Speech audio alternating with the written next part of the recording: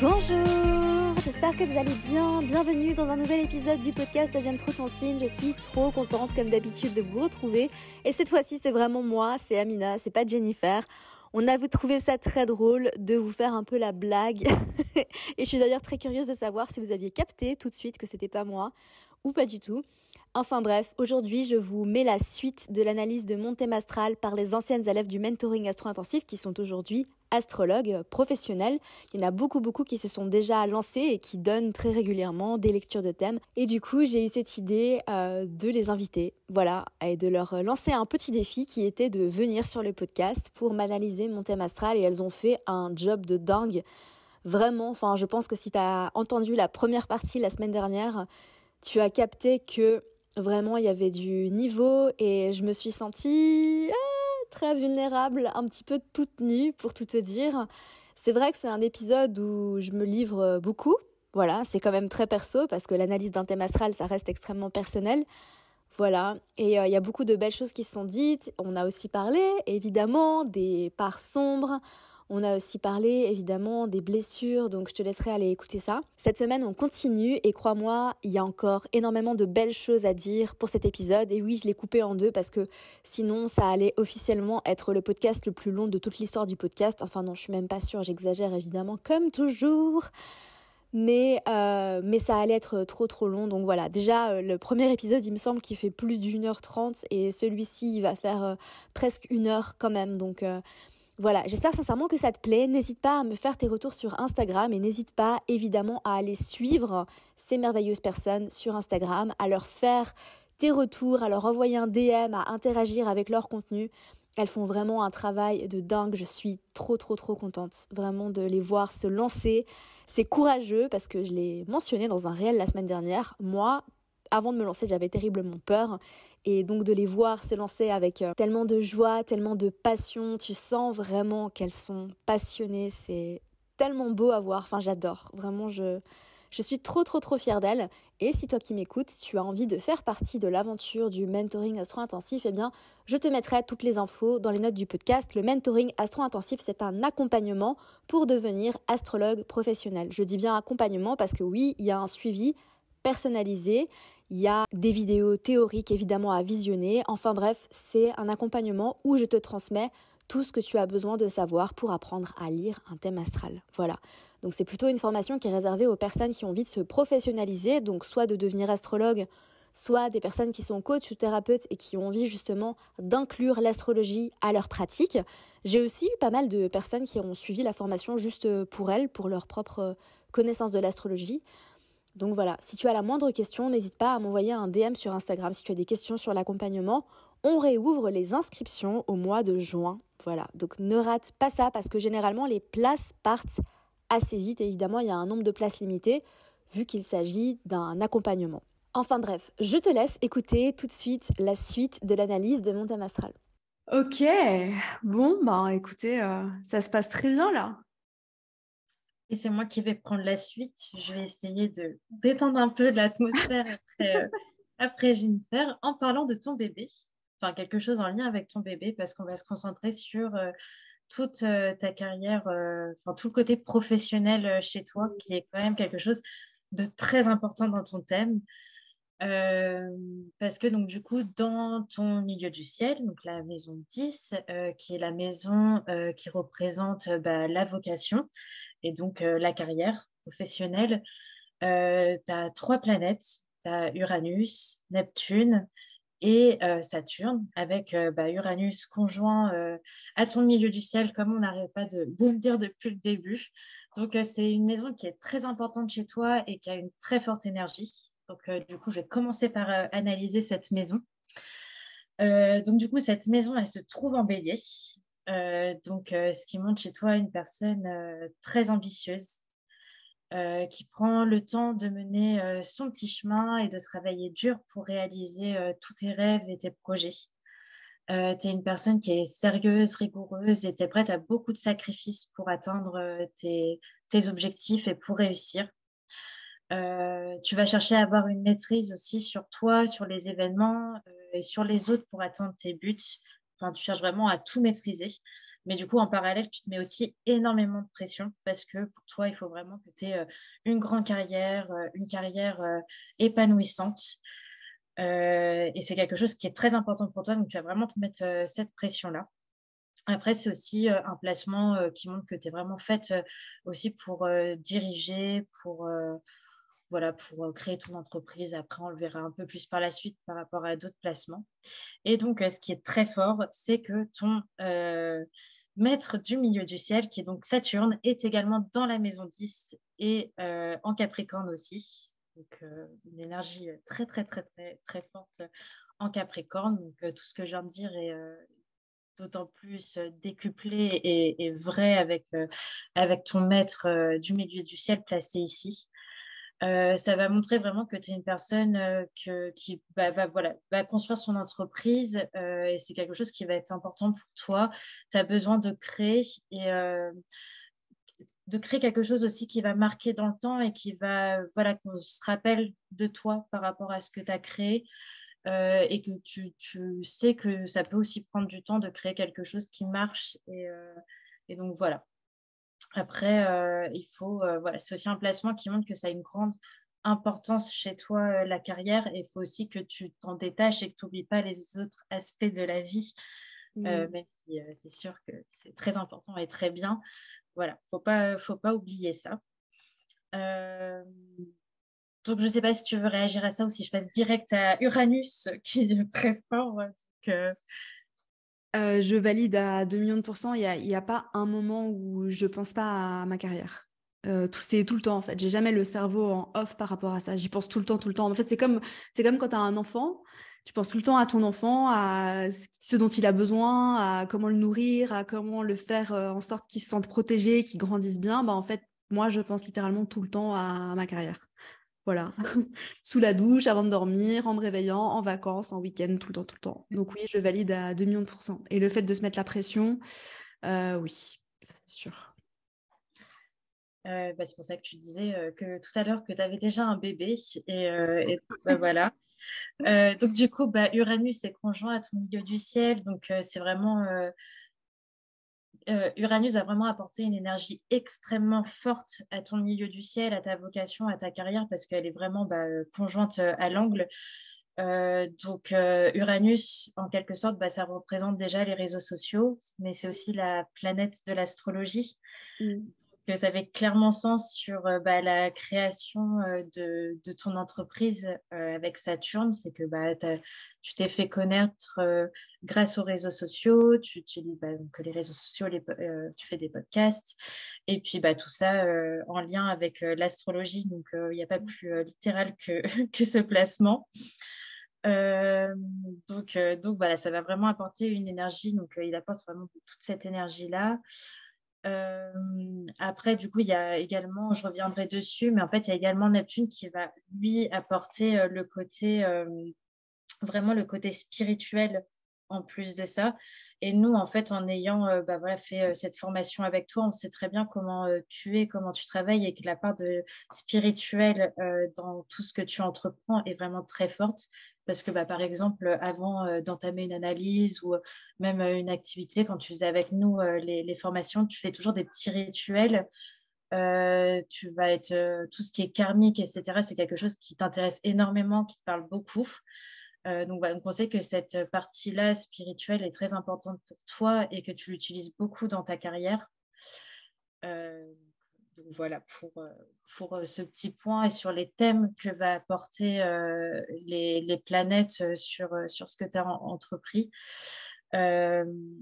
Après, lui, Uranus va également apporter une fusion d'idées assez innovatrices. Donc, c'est vraiment Uranus qui va t'aider donc, à avoir plein d'idées et de faire des choses différentes des autres. Et voilà, tu as toujours l'esprit en ébullition.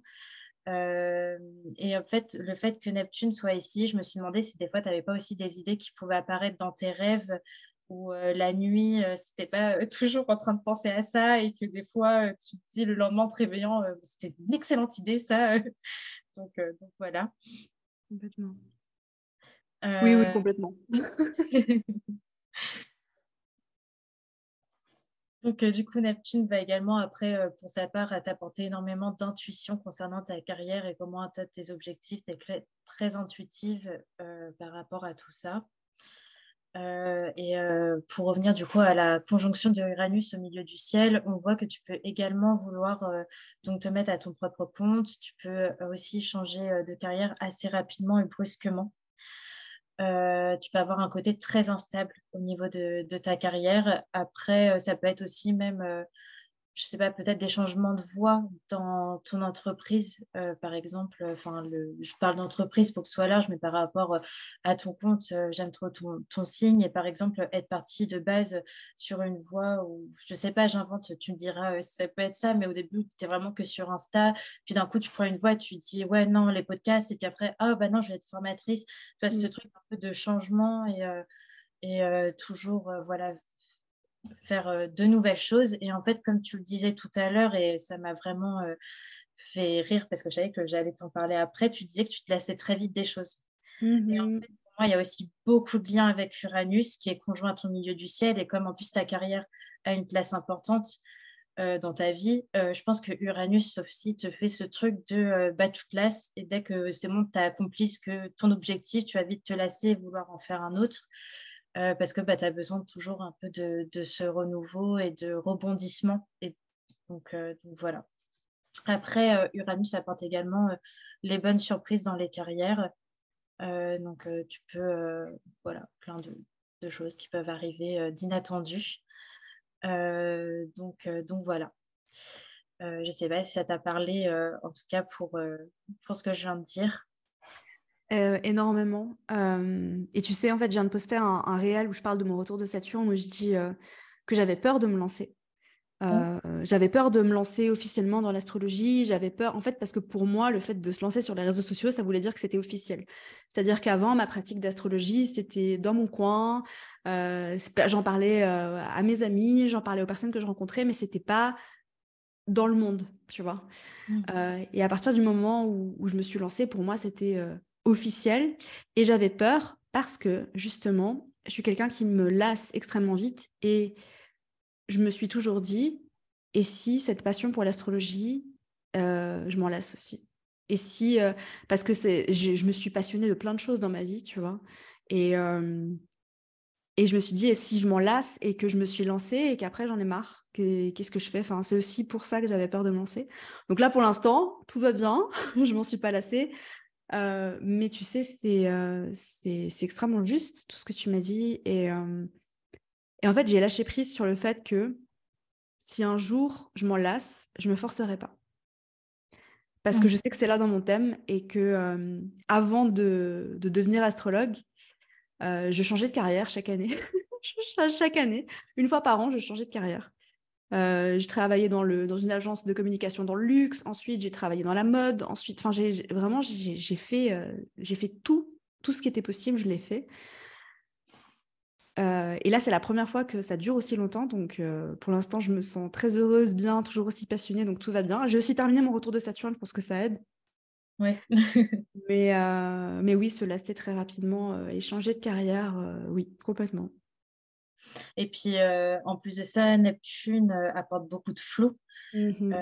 Donc, du coup, ça a dû, avec Uranus qui est dedans, ça a dû faire se lasser vite. Le flou, qu'est-ce que je vais faire dans 5 ans, qu'est-ce qui va se passer dans ma vie? Ou est-ce que je ne sais pas comment je me vois. Donc, ça a dû amplifier un peu tout ça. J'ai analysé tes aspects du coup à Uranus, qui pour moi était quand même assez important vu que c'était conjoint à ton milieu du ciel. Donc du coup, il y a le sextile Mars-Uranus qui va avoir du coup une place assez importante pour ta carrière parce qu'elle apporte beaucoup de motivation. Tu es quelqu'un de très volontaire dans tout ce que tu entreprends pour réaliser principalement tes objectifs. Tu es aussi quelqu'un de très stratège, mais en fait, tu vas être très innovante dans ta façon. Il y a toujours ce côté où tu vas pas faire comme les autres, mais au final, ça va vraiment réussir et il y a ce truc très stratégique en toi. Après, tu peux prendre aussi beaucoup de décisions sur des coups de tête. Donc, même si on ne parle pas de ce que tu fais maintenant, mais avant, le fait de vite quitter des boulots, etc., peut-être qu'il y avait ce truc un peu bon, j'en ai marre, c'est bon, j'arrête. Et donc voilà. Et peut-être aussi, ça t'a donné cette motivation et cette confiance pour créer ton entreprise parce que faut l'avoir et ça peut aussi peut-être venir de ça. Après, il y a du coup le trigone à Uranus et ton soleil, pardon, qui montre également, qui va plus montrer aussi ce besoin de liberté, cette indépendance qui est innée en toi et que tu peux vraiment retrouver dans ton travail et qui va être important dans ton travail. Comme tu le disais, je pense que travailler dans un truc plus salarial, dans des entreprises, ça te ressemblait peut-être moins et que tu as vraiment ce besoin d'indépendance et que ce soit toi aussi qui décide parce que ce que tu as envie de faire, que tu sois ta propre chef, quoi. Donc, ça appuie vraiment ce côté vraiment de leadership et de créatrice d'entreprise qui va avec ton milieu du ciel. En créant ton entreprise, tu n'es pas forcément commandé par quelqu'un et tu fais les choses à ta façon. Après, tu vas vraiment gagner en liberté car tu fais les choses comme tu veux et où tu veux. Et tu aimes également apprendre avec ce trigone. Tu es quelqu'un qui aime apprendre, créer, inventer plein de choses, ce qui va avoir du coup un impact important dans ton travail, surtout quand c'est en lien avec l'astrologie parce qu'on sait que on passe notre vie à se nourrir, à apprendre de nouvelles choses continuellement. Donc voilà pour les aspects. Donc, je ne sais pas ce que tu en penses et si tu as bien parlé. Ça me parle énormément et tu sais que dans tout ce que je fais, ma valeur numéro 1 dans la vie, c'est la liberté. C'est quoi qu'il arrive, ma valeur numéro 1 dans la vie, c'est la liberté. Donc pour moi, tant qu'il y a la liberté, tout va bien. Et tu as trouvé le bon métier, ta bonne voie en tout cas.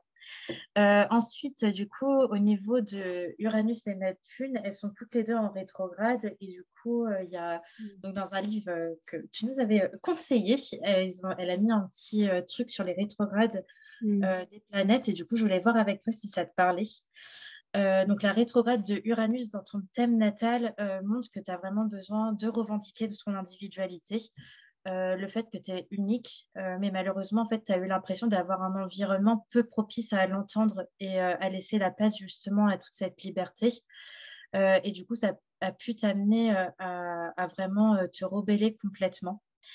Et pour Neptune, dans ton thème, qui est également en rétrograde, on peut avoir que ça a deux impacts sur toi. Soit tu vas être complètement naïve et tu vas croire à toutes les belles promesses, ou au contraire, tu vas croire que rien n'est fiable. Mais en tout cas, tu auras pu vivre beaucoup de désillusions et en fait, d'avoir un peu, d'être sujette au mirage, c'est le mot qu'elle utilise, dans le sens où en fait, tu vas avoir des rêves qui ne vont pas forcément être les tiens. Et du coup, peut-être, au début de ta vie, genre à la vingtaine, tu as eu plein de désillusions au niveau professionnel. Et du coup, je voulais voir avec toi si est-ce que les rêves que tu avais eus, c'était pas les tiens, mais peut-être ceux de tes parents. Alors, je m'étais mis soit ta mère, parce que la mère représente également aussi la maison 10 avec le fond du ciel et donc la destinée. Ou alors, je me demandais, ton père, si toi, tu représentes ton père avec Saturne, mais avec ce que tu disais tout à l'heure, il représente plus ton soleil dans ton thème. Ouais. Donc, je ne sais pas si ça si ça te parle, tout ça. J'ai été à l'université pour faire plaisir à mes parents. Donc, c'était absolument pas pour moi, mais dans le sens d'étudier pour avoir une carrière. Donc, je disais que je voulais être journaliste quand j'étais à l'université. Mais en fait, moi, j'en avais rien à faire d'être journaliste. J'avais absolument pas envie d'être journaliste. Mais par contre, je voyais que ça faisait extrêmement plaisir à mes parents quand je disais que je voulais être journaliste. Parce que le truc, c'est qu'avec Neptune en maison 10, j'ai jamais su ce que je voulais faire quand j'étais grande. Je savais pas. Et même là, aujourd'hui, si tu me dis dans 5 ans, tu te vois où, je dis, je sais pas. J'en ai aucune idée. Mais grâce à l'astrologie, du coup, j'ai lâché prise et j'arrête d'essayer de savoir où j'ai envie d'être dans 5 ans. Parce que Tu verras bien. On verra bien. Mais effectivement, oui, ça me parle beaucoup. Et ouais, complètement.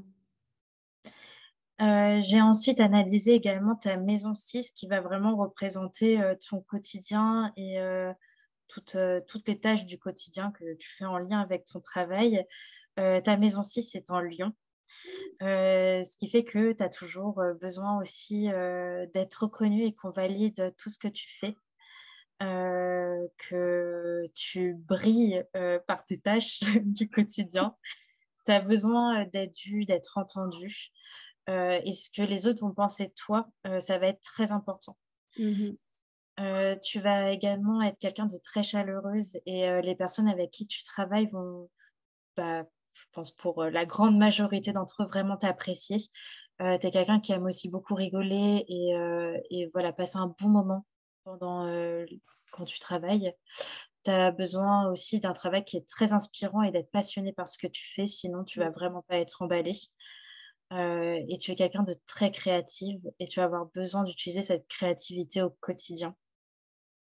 Et ton maître de la maison 6, qui est ton soleil et qui est en taureau et en maison 1, le côté taureau va aussi également renforcer un peu le côté créatif dans tout ce que tu fais. Ce placement montre également que tu aurais pu faire des activités en lien, enfin que tu fais des activités en soi en lien avec le bien-être. En tout cas, ton travail quotidien et ta routine va vraiment te permettre de te développer toi aussi en tant que tel. Ça va avoir une importance générale sur ta vie. Par exemple, si quelque chose se passe mal au niveau du travail, tu peux aussi le ressentir au niveau physique. Mm. Au contraire, ton corps va être vraiment connecté à ton quotidien. Donc, ouais. Qu'en penses-tu? Extrêmement parlant et tu sais qu'en fait, à chaque fois que je reçois un petit message sur Instagram pour me dire: «Ah, j'ai trop aimé l'épisode du podcast», j'ai ma mise en 6 en lion qui est là: «Oh yes!» Trop bien. Donc oui, effectivement, ça me fait toujours trop, trop plaisir et oui, complètement, ça me parle à fond. Et pour finir, j'ai analysé quand même la maison 2, qui est la façon de gagner l'argent. Donc, je vais pas trop. On sait que dans la maison 2, il y a ta lune, comme a dit Gaëlle tout à l'heure. Donc, je vais pas trop parler de la lune, mais en tout cas, voilà ce qu'elle avait pu dire pour qu'on se remette les choses dedans. C'est que tu as vraiment aussi une notion d'attachement et de sécurité au niveau de tout ce que tu possèdes. Tu as besoin d'argent aussi pour te sentir en sécurité émotionnellement. Et ta façon de gagner de l'argent va avoir aussi un lien avec tout ce que tu ressens. Le fait que donc ta maison 2 est un taureau, donc on voit que voilà, ça amplifie aussi le côté où tu aimes l'argent, ce que tu possèdes, le luxe. Mmh. Tu as envie d'avoir le meilleur de chaque chose et donc le maître de ta maison 2 est en maison 12 et en poisson. Donc là, ça va vraiment nous montrer de quelle manière tu peux gagner ta vie et on voit que tu peux gagner ta vie donc, en travaillant seul, en étant chez toi ou dans un pays éloigné de tes proches, travailler en ligne également comme on peut le voir. Tu n'as pas forcément de contact en présentiel avec les personnes avec qui tu bosses, avec qui tu es en lien, donc même nous, par exemple, on a toujours tout fait à distance. La maison 2, elle gouverne, c'est une maison aussi qui peut gouverner les caméras. Donc, on voit le côté des réseaux sociaux, le fait que tu te filmes, les podcasts.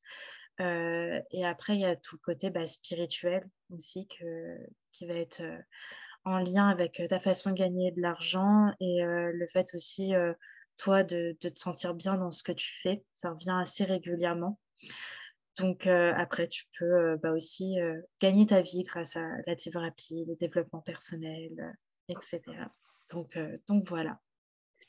C'est extrêmement parlant et tu sais quoi, en fait, je travaille chez moi toute seule dans mon coin, derrière mes écrans et je me sens très bien. Et j'ai beaucoup d'amis dans l'entrepreneuriat qui font un petit peu la même chose que moi, mais dans une thématique différente et qui ressentent l'appel du présentiel et de faire des retraites et des événements. Et moi, pas du tout. Moi, je suis très bien chez moi, derrière mes écrans, tout va bien. Donc voilà, très juste. Merci beaucoup. Pas de rien. Très pertinent. Merci, Bérénice. Alors, Amina, moi, j'avais envie de conclure un peu cette analyse de thème astral sur la croix d'incarnation. La croix d'incarnation qui va vraiment comprendre la croix cardinale avec la maison 1, la maison 4, 7 et la maison 10. Donc, l'axe ascendant-descendant et l'axe fond du ciel, milieu du ciel. Pour moi, de mon point de vue, ce sont deux axes qui sont très importants dans un thème astral et dans ton thème particulièrement, car ils vont en fait raconter en eux-mêmes le chemin que tu es invité à prendre pour aller vers la pleine émancipation de ton âme, toi-même dans cette incarnation et dans cette vie. Alors, je vais commencer avec l'axe fond du ciel et milieu du ciel. Donc, comme tu nous l'as appris, comme tu nous l'apprends dans tes newsletters, sur Insta, dans tes formations, cet axe représente vraiment la colonne vertébrale de ton thème astral parce qu'il prend vraiment en compte le fond du ciel qui est le cuspide, qui est vraiment le point qui démarre la maison 4, qui représente tes racines, ton foyer, d'où tu viens, ce que tu connais déjà, enfin ta zone de confort en quelque sorte. Et le milieu du ciel qui, lui, va débuter la maison 10, qui va reprendre ton élévation sociale, la manière dont tu t'accomplis dans le monde, ta carrière de vie, en quelque sorte. Ça prend en compte la carrière professionnelle, mais le milieu du ciel, c'est plus que ça. Moi, j'appelle ça vraiment, c'est ta carrière de vie. C'est un axe qui est donc important.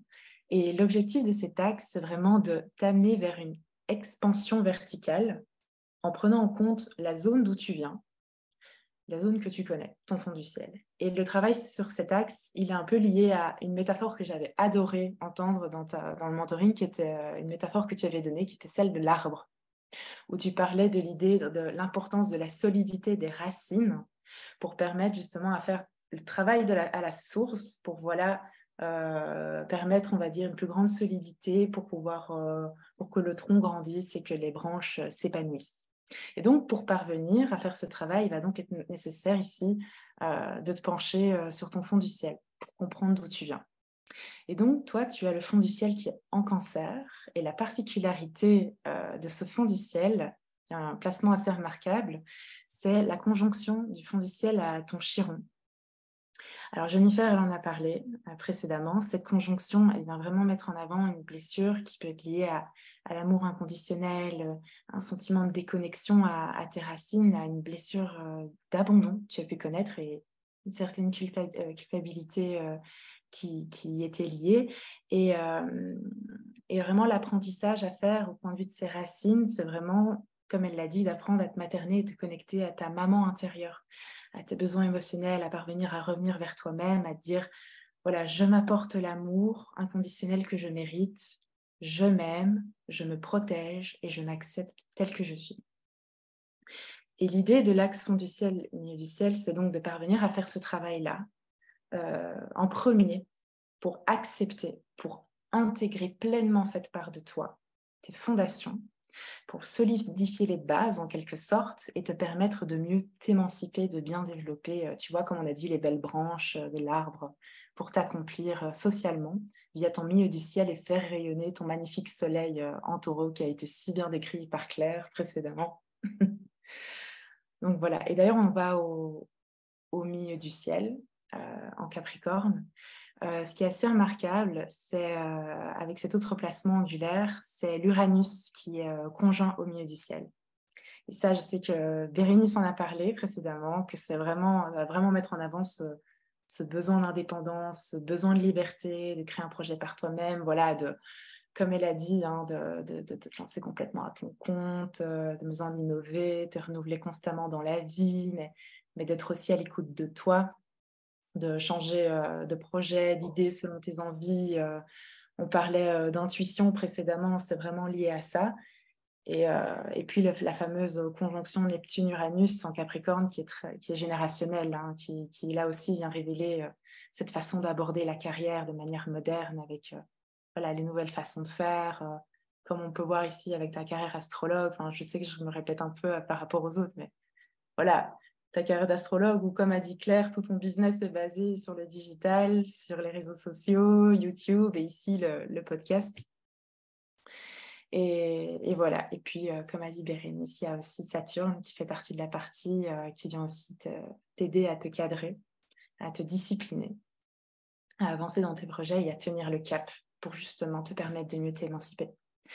Et clairement, avec cet axe fond du ciel, milieu du ciel, il y a cette élévation sociale qui t'attend dans la réalisation d'un projet personnel et durable, avec une volonté d'être aux pleines commandes du projet, d'être ton propre patron et surtout de ne dépendre de personne. Tu as toutes les capacités pour le faire, mais voilà, garde à l'esprit que quand c'est trop pour toi, à un moment donné, que tu te mets trop la pression, que le Saturne est peut-être un peu trop présent ou quoi, l'idée, en fait, c'est de retrouver l'équilibre dans cet axe qui est important et de te reconnecter à l'énergie du Cancer, à l'énergie de te materner par toi-même et de prendre soin de toi, te protéger, te connecter à tes besoins émotionnels afin de mieux rayonner et t'accomplir.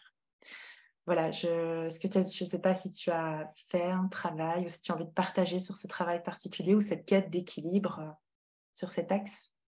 C'est en cours. Ouais. Je travaille constamment. C'est l'axe qui me pose le plus de problèmes, entre guillemets, parce que c'est un équilibre qui est extrêmement difficile pour moi de trouver. Voilà. Et en fait, j'ai, comme tu t'en doutes, plutôt tendance à être du côté Capricorne que du côté Cancer, parce que c'est plus facile pour moi d'être du côté Capricorne que du côté Cancer. Et tout ce que tu as dit par rapport au travail devenir ma propre mère et apprendre à me materner, c'est quelque chose que j'apprends à faire en ce moment et qui a pas été évident et qui me parle énormément. Et avec tout ce que tu as dit par rapport à mes racines, le fait que je suis encore en cours de travail sur mon identité par rapport à ma génération, d'où je viens. Et j'ai encore du mal à... Et c'est quelque chose qui m'a beaucoup fait travailler quand j'étais adolescente aussi, parce qu'en fait, je suis moitié suisse, moitié marocaine. Quand j'étais en Suisse, on me disait que j'étais pas suisse, et quand j'allais au Maroc, on me disait que j'étais pas marocaine. Donc en fait, j'ai grandi en me disant d'où est-ce que je viens vraiment? Je sais pas. Voilà. Et je suis encore en cours de ça, donc je fais ce travail à l'étranger. C'est plus facile, ni d'un côté ni de l'autre. Et effectivement, donc tout ça m'a énormément parlé et c'était très pertinent de ta part. Et par rapport à Uranus, au fait de se mettre la pression avec Saturne, on est en plein dedans et c'est quelque chose que j'apprends à gérer. Et j'ai toujours l'impression que j'ai pas assez de temps pour faire tout ce que j'ai envie de faire. Et du coup, je me mets une pression de dingue. Et comment te dire que j'ai été salariée, mais avec cet Uranus, j'ai tenu 6 mois. J'arrivais pas. J'arrivais pas à travailler pour quelqu'un d'autre. C'était pas possible. Je préférais gagner 3 fois rien quand je me suis lancée. J'arrivais à peine à payer mes factures. Parce que c'était comme ça, c'était le début, on se lance dans l'entrepreneuriat, mais en fait, pour moi, je préférais ça et être dans l'angoisse et pas réussir à dormir le soir parce que je me dis comment je vais payer mon loyer le mois prochain, plutôt que de travailler pour quelqu'un, j'arrivais pas. Et ça, je sais que ça vient de cet Uranus conjoint au milieu du ciel, en partie. Ouais. Ce qui est fou, c'est que Uranus, il est opposé à ton fond du ciel et que je ne sais plus si c'était Gaëlle ou Claire tout à l'heure qui le disait, mais que tu fais fondamentalement l'opposé de ce que tu as appris, l'opposé de ce que tu as vécu dans ton enfance. C'est-à-dire tu dépends de personne, tu fais ton truc, ce sont tes règles. Ah mais complètement. Tu sais que moi, en fait, j'ai été éduquée avec trouve un CDI le plus rapidement possible, travaille pour une grosse boîte, on s'en fiche de ce que tu fais tant que tu es dans la sécurité. Ensuite, tu te maries, tu fais des enfants, enfin, tu vois, cliché, quoi. Et je fais exactement l'opposé de tout ça. Ok. Je vois que c'est encore en cours pour le moment, mais c'est bien de le conscientiser pour pouvoir mieux retrouver l'équilibre, justement. Et on va passer sur l'autre axe, l'axe ascendant-descendant, qui lui aussi a été bien décrit par Claire et Gaëlle. Donc cet axe, il est aussi important dans ta vie, parce qu'il prend vraiment en compte d'un côté qui tu es pour avancer dans la vie avec l'ascendant. Et puis, il prend aussi en compte de l'autre côté l'énergie et la personne, on va dire, dont tu as besoin pour te compléter et vraiment t'aider justement à avancer plus loin dans ta vie et à te réaliser complètement. Ça, c'est le descendant. Et ça, Claire l'a bien précisé aussi. Avec l'ascendant, donc, on prend en compte une énergie consciente. Donc, comme elles ont dit, c'est vraiment le rôle que tu vas jouer pour avancer dans ta vie. C'est une énergie qui est liée à ton identité, à ton affirmation de soi, comment tu vas te montrer dans la vie. Et les filles ont fait une bonne description de ce qu'était l'ascendant bélier et de comment tu l'incarnais. Moi, j'ai ri parce que quand j'ai analysé ton axe ascendant-descendant, j'avais noté que physiquement, on pouvait te voir de loin marcher très très vite de manière un petit peu pressée, énervée, genre la fille n'a pas le time. Pareil dans les files d'attente, peut-être au supermarché, la fille n'a pas le time. Et du coup, j'ai rigolé quand quand tu l'as confirmé. Mais voilà, mais ça apporte aussi, comme on dit les autres filles, ce côté spontané, authentique, vif et passionné que tu as. Et puis ce côté hyper leadership qui se confirme aussi dans tous tes autres placements de ton thème. Et, euh, et tu avais parlé que parfois, les énergies de ton ascendant, tu te reconnaissais pas mal dans les parts lumineuses des énergies bélier. Et justement, est-ce que parfois tu vas dans le côté, on va dire, un peu plus déséquilibré de cette énergie, où tu te retrouves dans les parts d'ombre? Tu parlais de côté colérique, ou alors peut-être aussi tu as d'autres côtés ou d'autres parts d'ombre que tu expérimentes ou quoi, comme, je sais pas, un côté un peu centré sur soi, d'impulsivité ou d'agressivité. Ah, mais complètement. Après, ça, c'est aussi, et c'est confirmé, tu sais, dans mon thème par Lune carré Mars, l'impulsivité, l'agressivité, la colère. Donc oui, complètement, complètement. Et le côté centré sur moi, c'est quelque chose sur lequel je travaille énormément. Et pour être honnête, c'est quelque chose sur lequel je me juge beaucoup. Parce que j'ai l'impression d'avoir cette part en moi, et c'est quelque chose que je vois notamment beaucoup à travers mon père, hein, qu'il me renvoie en pleine face. Et c'est quelque chose que j'ai encore du mal à... J'en discutais mercredi en thérapie, où elle me disait, Amina, il faut que vous acceptiez cette part de vous et que vous arrêtiez de vous battre contre ça. Et j'en suis pas encore là. Mais j'espère y arriver bientôt. J'espère aussi. Mais est-ce que dans ces moments-là, tu te sens comment en fait quand tu arrives dans dans ces parts d'ombre de bélier, tu te sens comment à ce moment-là? Quand tu te rends compte que tu les expérimentes? C'est difficile d'enlever ma casquette d'astrologue parce que je suis beaucoup... Alors, ça, c'est aussi l'énergie de Mercure en maison 1. Je ne sais plus qui c'est qui l'a dit, je suis désolée. Je suis beaucoup dans l'analyse de moi-même. Donc, en fait, je suis constamment en train de m'auto-analyser. Tout le temps, tout le temps, tout le temps, tout le temps. Me juger aussi sur mon apparence physique, ça, c'est sûr. Contrôler mon apparence physique, ça, c'est sûr. Mais la suranalyse de moi-même, et quand je vois que je suis dans les parts d'ombre du bélier, j'arrive pas à m'empêcher de me dire que c'est encore ce putain de bélier ou ce putain de lune carré Mars qui vient me challenger par rapport à ça. J'ai pas de clé de résolution encore. C'est vrai que c'est encore quelque chose sur lequel je travaille. Mais comment je me sens, tu me demandais? Comment est-ce que je me sens? Je suis en train d'intellectualiser. La lune en Gémeaux, coucou. La lune en Gémeaux, coucou. Comment est-ce que je me sens? Ben, je pense que je ressens... Qu'est-ce que je ressens? Il n'y a rien qui me vient.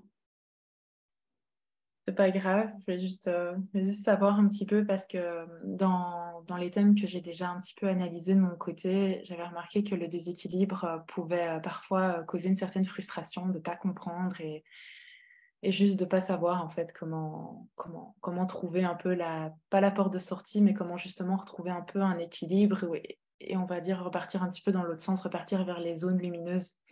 Et ce qui est intéressant dans la puissance de cet axe, c'est que dans ces moments-là, tu peux retrouver un sentiment de complétude en te reconnectant à l'énergie de ton descendant, qui représente vraiment l'énergie complémentaire. Voilà, ton ascendant, et ici, le descendant se situe en balance, on en a parlé tout à l'heure.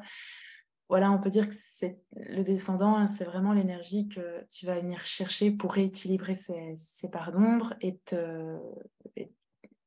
alors... tu peux la retrouver autant chez des personnes qui dégagent cette énergie, que ce soit des amis, tes collègues ou quoi, que chez un partenaire idéal, hein, tu vois. Et autant c'est une énergie, tu vois, que tu vas attirer et rechercher, mais dans les parts lumineuses, tu vois. Donc ça va être cette énergie d'équilibre, cette énergie de recherche d'harmonie, cette énergie de paix, cette énergie charmante, où justement on est à l'écoute de l'autre, on va prendre en compte l'autre, on va vraiment le prendre en considération et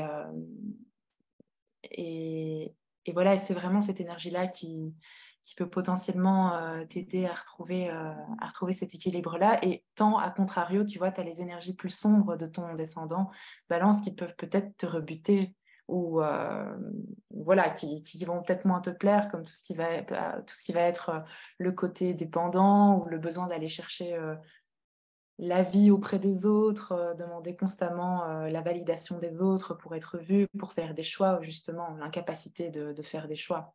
Autant c'est des choses qui peuvent peut-être te rebuter chez les autres, mais autant ce sont des informations qui peuvent peut-être t'apprendre des choses sur toi, puisqu'on sait que le descendant, c'est aussi une autre part de nous, une part un peu plus inconsciente. Mais voilà, donc si tu te connectes à ces parts, on va dire, lumineuses de la balance, de l'énergie de la balance, que ce soit au travers justement de fréquenter ou passer du temps ou justement être avec ces personnes qui dégagent beaucoup ces énergies, je pense que ça peut vraiment t'aider à retrouver en partie cet équilibre.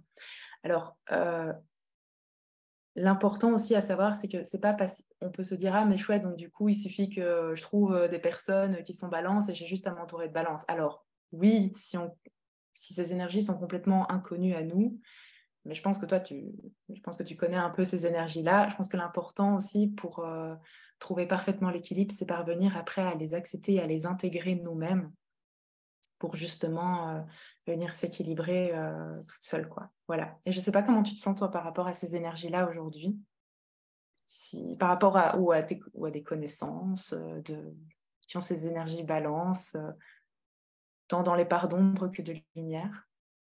C'est très intéressant ce que tu dis. Alors, j'avais donné cet exemple dans la newsletter sur l'axe Bélier-Balance. Ma maman est solaire en Balance. Et en fait, j'ai grandi avec qu'est-ce que les autres vont penser. Et c'est quelque chose qui m'a toujours, en tant qu'ascendant Bélier, profondément agacée parce qu'on s'en fiche de ce que les autres pensent. Mais en fait, c'est pas vrai. On s'en fiche pas de ce que les autres pensent.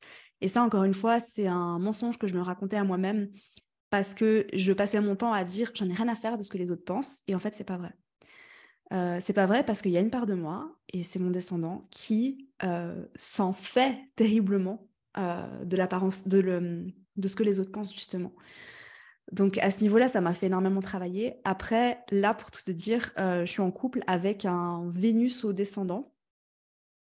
Donc, je t'avoue que lui, il m'en apprend beaucoup sur l'harmonie relationnelle et sur la gestion du conflit, sur le fait d'apprendre à faire des compromis, chose que je ne savais absolument pas faire parce que bon, lui et moi, on a des expériences de vie radicalement différentes, mais moi, j'ai été célibataire pendant plus de 10 ans, j'ai toujours vécu seule, j'ai toujours eu à me préoccuper que de moi, en bon ascendant Bélier que je suis. Et quand je me suis retrouvée en couple, à vivre sous le même toit que quelqu'un d'autre, eh ben, j'ai dû apprendre à faire des compromis. J'ai dû apprendre à me disputer et à résoudre ces conflits. Et crois-moi que ça a été sacrément challengeant, en fait. Et en même temps, ça a été challengeant et en même temps, ça a été magnifique parce que j'ai énormément appris. Et je pense que pour une des premières fois dans ma vie, je peux dire aujourd'hui que je suis en paix avec mon descendant. Waouh. Je suis en paix avec mon descendant et grâce à lui en partie parce qu'il m'a montré en fait que cette énergie balance était extrêmement positive et belle et qu'elle pouvait justement beaucoup nous apporter, notamment dans la relation de couple. Oh, c'est super beau. Ça fait combien de temps que vous êtes ensemble? Ça fait plus d'1 an et demi. Il est arrivé après ton retour, après la fin de ton retour de Saturne? Oui, exactement. Bien. Bien, merci pour ton partage d'expérience. Franchement, je ne savais pas ça, mais c'est chouette, c'est super chouette de voir qu'il y a déjà un travail qui s'est fait à ce niveau-là et que c'est justement grâce à la rencontre de ton partenaire d'aujourd'hui qui a ces énergies voilà, propres à celles de la balance qui t'ont permis, qui te confrontent.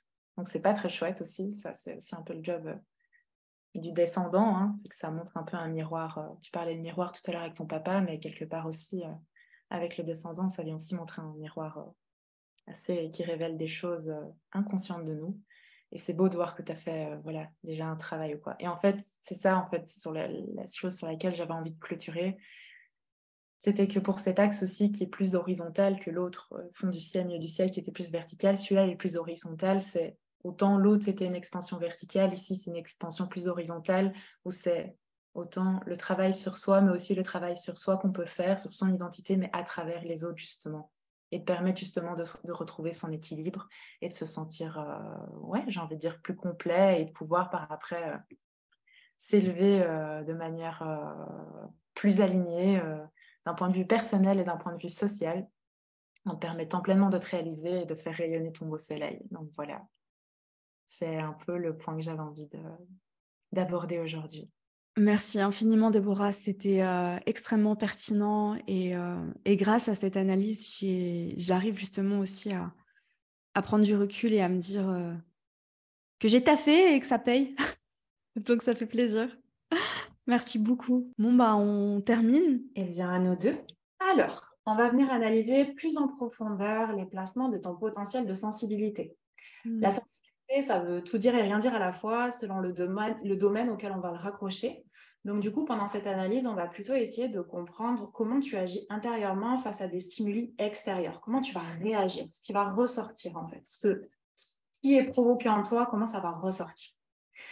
On est tous sensibles à notre manière. Tout le monde a un certain potentiel de sensibilité duquel va découler notre intuition.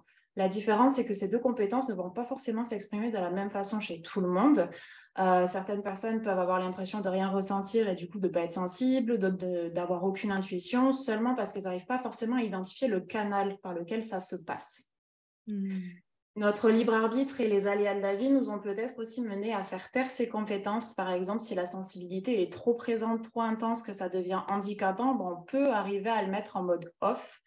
Donc, il peut y avoir certains blocages et se sentir déconnecté. Mais du coup, l'idée de cette analyse, c'est de savoir que ces énergies sont présentes en toi et que si tu le souhaites, tu peux débloquer des choses et t'y reconnecter quand tu en ressens le besoin. On a tendance à penser que pour analyser la sensibilité et l'intuition d'une personne, on va se focaliser sur la lune et sur la maison 12. Ça peut être un poil réducteur. Du coup, pour ce focus, on va venir s'intéresser à plein de placements, plein de configurations globales qui, mises bout à bout, vont dresser un peu ton portrait de cette énergie au quotidien. Sans surprise, tu coches énormément de cases qui montrent une belle prédisposition et une sensibilité à une manifestation de l'intuition assez forte. D'ailleurs, tu dis beaucoup que tu fais une astrologie très intuitive, donc c'est quelque chose qui ressort automatiquement. On va commencer par la lune en Gémeaux. On va commencer par rajouter une petite couche parce que ça a été déjà présenté bien en profondeur par Gaëlle et puis par chacune des filles. Si on écoute les clichés astrologiques, les signes d'eau sont les seuls à être sensibles parce qu'ils pleurent beaucoup. On est tous d'accord pour dire que c'est un peu du bullshit. Chaque élément a sa propre façon d'exprimer ses émotions. Et donc, du coup, les signes d'air ont une sensibilité très analytique, mais une lune en Gémeaux a sa propre stratégie. Pour te protéger de toutes ces pensées qui vont provoquer de belles émotions internes et parfois de l'anxiété, tu peux avoir tendance à te réfugier dans la parole. Donc, pour faire taire ce mental qui te dérange, tu vas focaliser sur des sujets légers, fun, en prenant soin d'occuper ton esprit pour pas qu'il soit perturbé par toute la puissance de ce que tu ressens. Du coup, si on s'était basé uniquement sur l'étude de ta lune en Gémeaux et sur les clichés qu'on peut trouver, on se serait dit que tu n'avais pas forcément une sensibilité très présente, alors qu'au final, cette sensibilité, elle est énormément intériorisée, elle est présente, mais le masque que tu utilises fait une sorte de blocage et les gens ne comprennent pas ou ne voient pas que tu peux ressentir des choses intérieurement. Les éléments qui dominent ton thème astral sont la terre et l'eau. Donc, on a deux éléments très complémentaires et qui vont venir mettre en lumière un côté introspectif et une connexion naturelle à ton inconscient et à ton intuition. On va commencer par les placements en signe de terre qui montrent que tu as une sensibilité très ancrée, raisonnée, factuelle qui va passer par le corps. Ton intuition va plutôt se manifester de façon viscérale et instinctive. Tu sais parce que tu sens. Tu as une certaine connexion à tes 5 sens qui te permet d'appréhender le monde quasiment à l'aveugle. Et en fait, ton intuition s'impose à toi. Avec cette dominante de terre, l'engagement et la confiance sont vitaux pour toi. Bien que tu sois très patiente et tolérante, ta sensibilité indique qu'une fois que quelque chose est rompu, tout est définitivement brisé. Mais il faut du temps pour atteindre ce stade. On a tendance à penser que les signes de terre sont très hermétiques aux émotions, notamment l'idée qu'une lune en Capricorne est coupée de ses émotions. Je sais de quoi je parle. Alors qu'en fait, c'est une sensibilité qui existe, mais qui est tellement maîtrisée qu'il est impossible d'en avoir conscience tant que ce n'est pas quelque chose qu'on vit. Par contre, avec cette dominante terrienne, tu aurais pu tomber dans la maîtrise extrême de ta sensibilité et de ton intuition jusqu'à t'en couper. Et du coup, c'est lorsque tu décides de faire confiance à ton corps et de te connecter à lui et à tes ressentis que la connexion peut vraiment se faire. Tes placements en signe d'eau viennent apporter un peu plus de douceur et un côté insaisissable à cette sensibilité. Tu as accès à une sensibilité très intense qui vient d'ailleurs, que tu ne ressens pas du tout, et c'est ce qui peut être le plus insaisissable avec les placements en signe d'eau. Si avec les placements de terre, tu sais parce que tu sens, ici tu sais, mais tu ne sais pas pourquoi, tu ne sais pas d'où ça vient, tu n'as pas vraiment de possibilité de vérifier tes informations. Mais du coup, l'idée, c'est que si tu apprends à faire confiance à ces infos, généralement, tu n'es pas déçu. Néanmoins, comme on en a déjà parlé avec ta lune carré Mars, il peut y avoir deux facettes de cette dominante. Soit en premier, tu peux contenir tes émotions jusqu'à ce que tu exploses. Donc, tout est intériorisé et puis quand tu craques, tu craques. Ou alors, la version 2, tu peux réagir directement au quart de tour et être assez imprévisible. Tu peux laisser couler tes larmes assez facilement car tes émotions passent à l'action et prennent le dessus. Si ta dominante était seulement de type O, comme Pokémon, tu aurais pu avoir des difficultés à faire le tri entre tes projections mentales et ton intuition mélangée à une bonne dose de flou. Donc, du coup, ta dominante terrienne vient t'aider à être plus ancrée, bien que ton intuition soit un peu plus diffuse.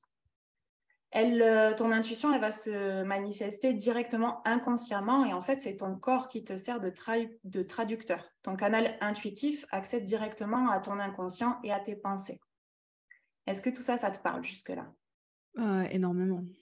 Énormément. Et des fois, mon intuition, elle vient de nulle part. Et tu sais, elle me dit, ne fais pas ça, même si... Et ça n'a aucun sens, vraiment, tu vois. Et c'est complètement débile. Mais le temps m'a vraiment confortée dans cette idée que ben, même si ça n'a pas de sens, il faut que je le suive. Mais c'est vrai que ça vient... Alors, je sais parce que je sens, ça c'est sûr. Et en même temps, parfois, ça me vient comme ça. Et je sais pas pourquoi. Et je me dis, bon, ben, faut pas que j'y aille. Et ça peut être aussi anodin que, bah, va pas à ce cours de sport-là parce que enfin, tu vois, je vais me faire mal ou je vais me blesser ou quoi. Et en fait, bah, au final, j'y vais pas. Et j'ai une copine qui me dit, ah, ça s'est mal passé avec le prof, c'était pas bien. Donc voilà. Donc Oui, effectivement. je crois. C'est ça qui est le plus difficile avec les dominantes haut, on va dire, c'est que on sait et si on n'apprend pas à se faire confiance, ben, on peut avoir tendance à ne pas l'écouter parce qu'il n'y a rien qui vérifie. On a peut-être ce besoin de concret, tellement c'est flou. C'est ça. Tu as également une dominante de Neptune dans ton thème, puisqu'elle est en conjonction avec ton milieu du ciel, comme Bérénice, pardon, on a parlé. Ce placement peut venir ajouter une nouvelle couche de sensibilité en accentuant l'altruisme, l'inspiration, l'intuition, etc. Elle va donner une dimension hypersensible à ta personnalité qui fait que tout va te toucher au plus profond de ton être, en fait. Chaque cellule va être touchée. C'est d'ailleurs ce qui va encourager ton Mars à se manifester de façon viscérale. En plus de ça, Neptune forme un sextile avec Pluton qui va indiquer un mélange naturel entre tout ce qui est insaisissable et avec l'inconscient. Du coup, qui va permettre une connexion profonde avec l'invisible, mais avec parfois une perte de repères, pas trop savoir où on en est, à quoi faire confiance, etc.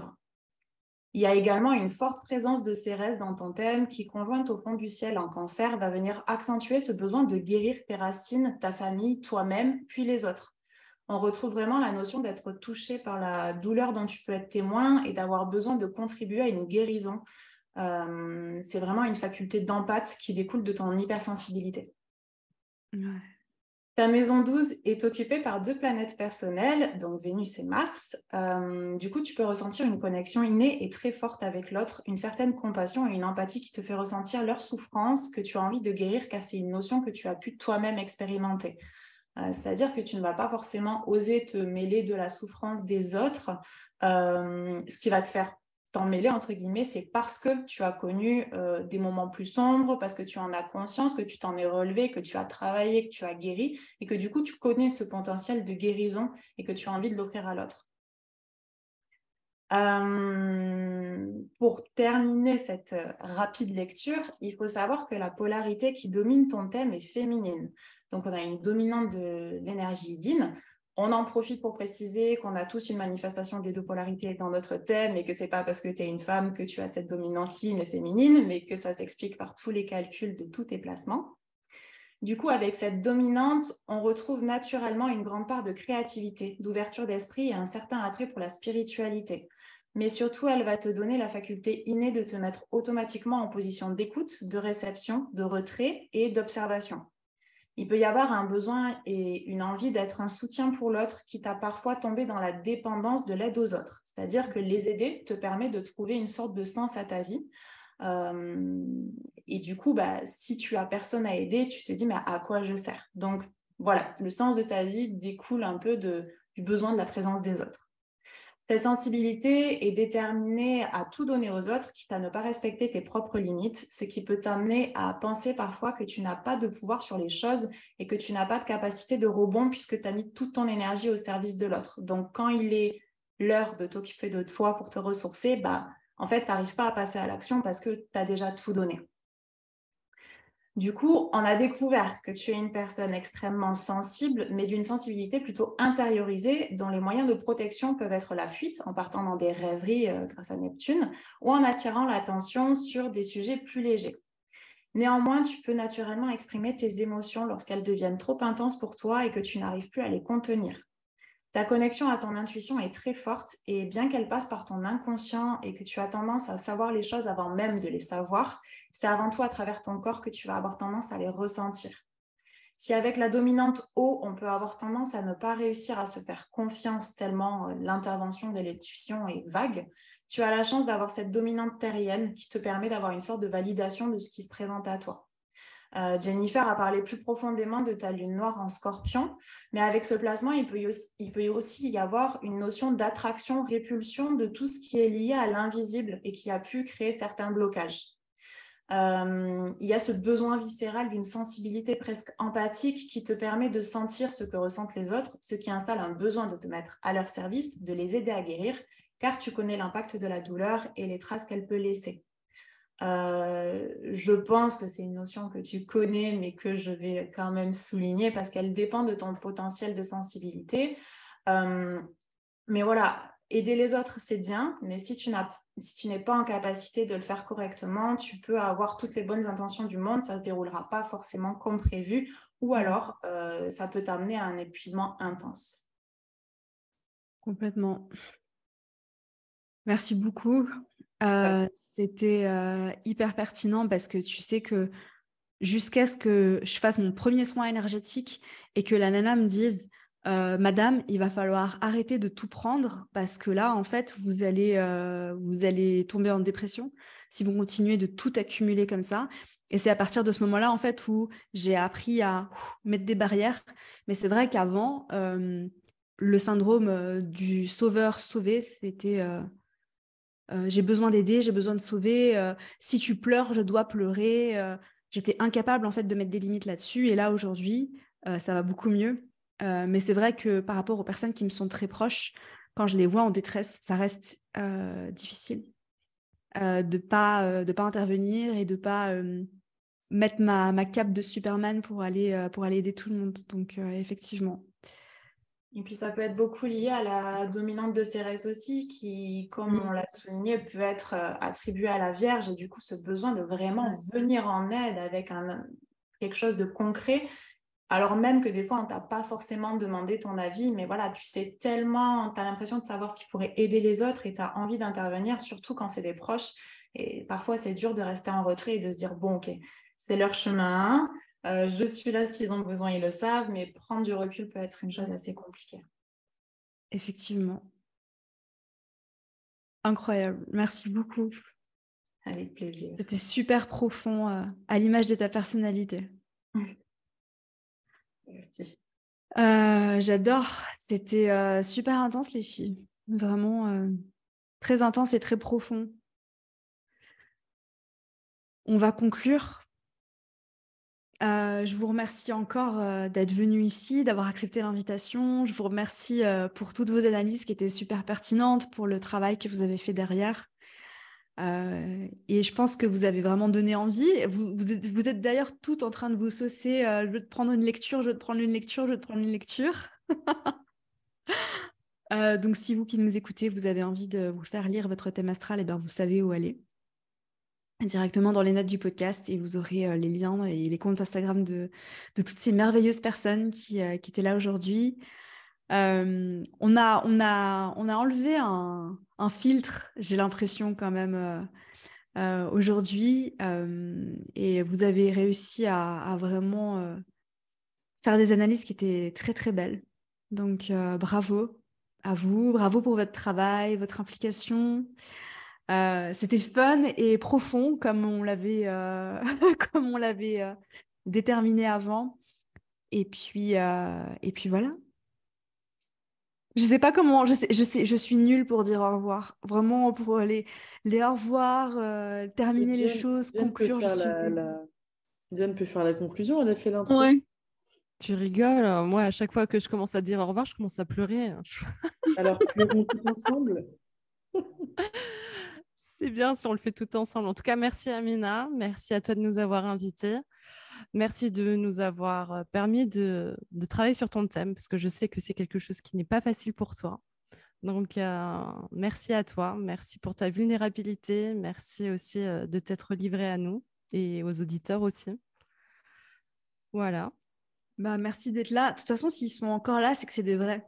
Vous savez quoi, les filles, si après plusieurs heures des commentaires, là, c'est des vrais. Tu vois que tu fais ça bien, Jen. Tu as très bien conclu. Hein. Thank you. et encore, je vous dis, je me retiens parce que là, mon micro, il est tout neuf. Je me retiens de faire Beyoncé avec. Hein. Franchement, on va arrêter le truc. Je vais faire Beyoncé avec. Couper la caméra.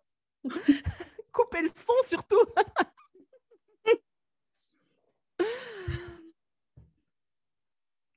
Et voilà, c'est tout pour cet épisode. On a terminé, ça y est. Et maintenant, je me sens officiellement vraiment toute nue. C'était très vulnérable, mais franchement, j'ai adoré et j'espère que ça t'a tout autant plu.